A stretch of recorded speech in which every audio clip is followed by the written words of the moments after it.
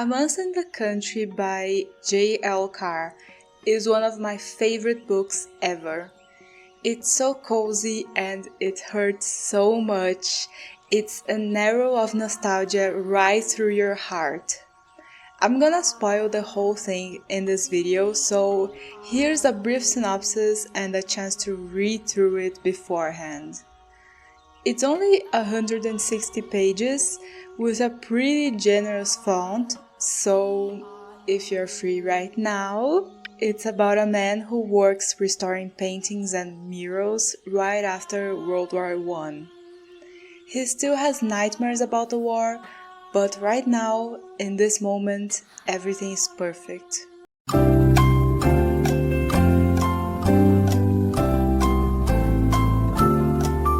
Like any other idiot who's ever had a favorite book, I just had to watch the 1984 movie adaptation starring one of the dads from Mamma Mia and that guy who loves Shakespeare. I was actually pleasantly surprised. Everything was perfect. The cast, the setting, the warm sun on the old half-forgotten cemetery.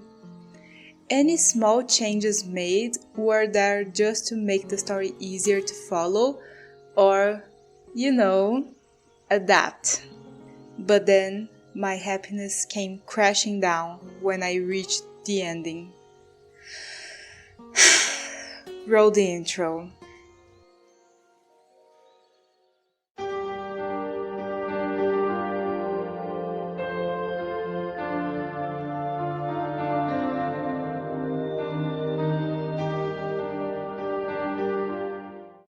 I guess I should start this out by stating that I'm not against changes to a story in adaptations if you do it right. In my opinion, the changes should either A. help adapt the book. Sometimes something that works in a book doesn't work on screen, so changes must be made to stay true to the vibes or the message of the original. Or B. build something entirely new. The new thing is only loosely inspired by the original, and it's good, so slay! Neither of these options encapsulate the idea of adapt the whole thing flawlessly, then drop the ball on literally the most impacting part of the story.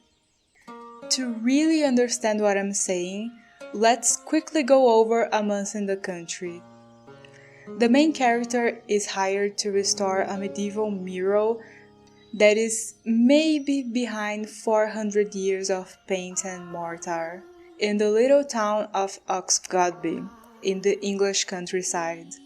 It's summer, and even though the war still haunts him, everything looks idyllic. In Oxgodby, the days are slow, and the locals take the main character in like clouds to an angel.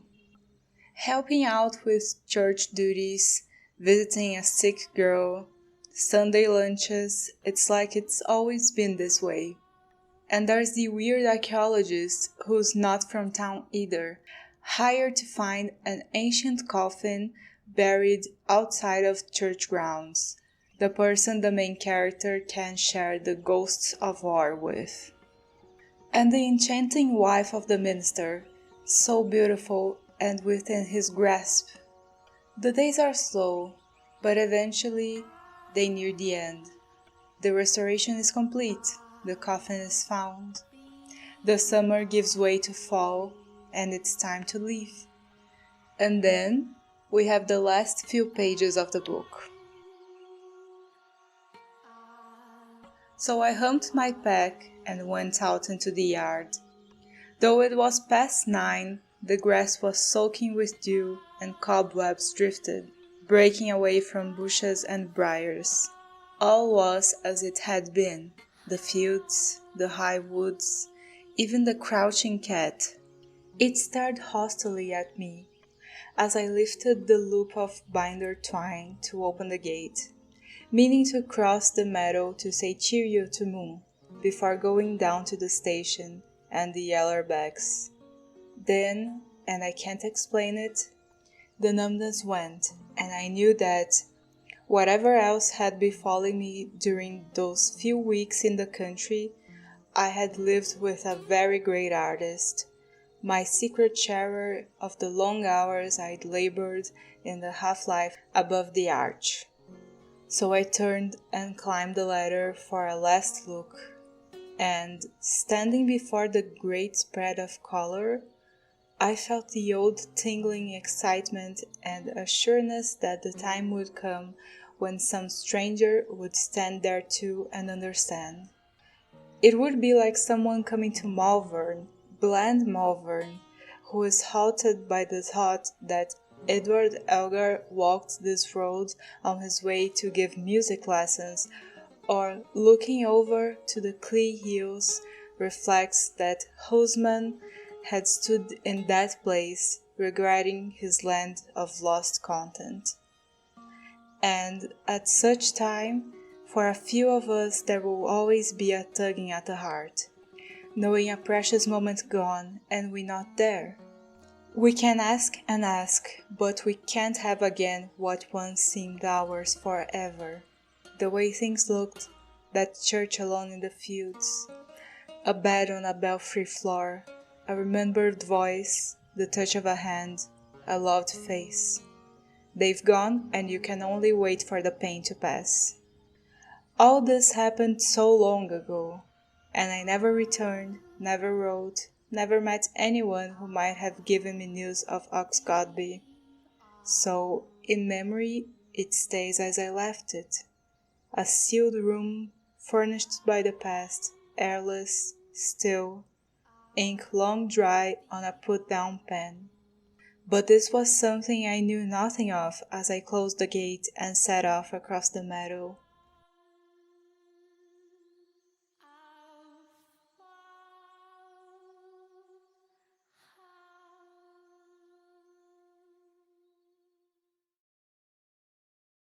This book, to me, is the epitome of the feeling of nostalgia, the feeling of something good that was lost and you know that it couldn't have lasted longer, but you still long for it.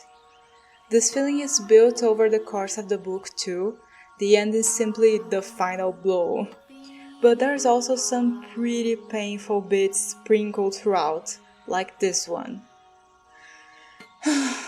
Those days, for many years afterwards, their happiness haunted me. Sometimes, listening to music, I drift back and nothing has changed.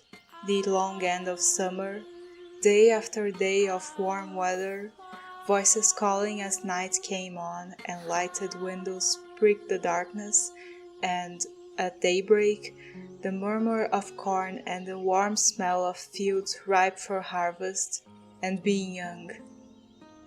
If I'd stayed there, would I always have been happy? No, I suppose not. People move away, grow older, die. And the bright belief that there will be another marvelous thing around each corner fades. It is now or never. We must snatch at happiness as it flies. Very well. Now that you know that the ending is supposed to leave you sobbing in fetal position, let's see how the movie ends.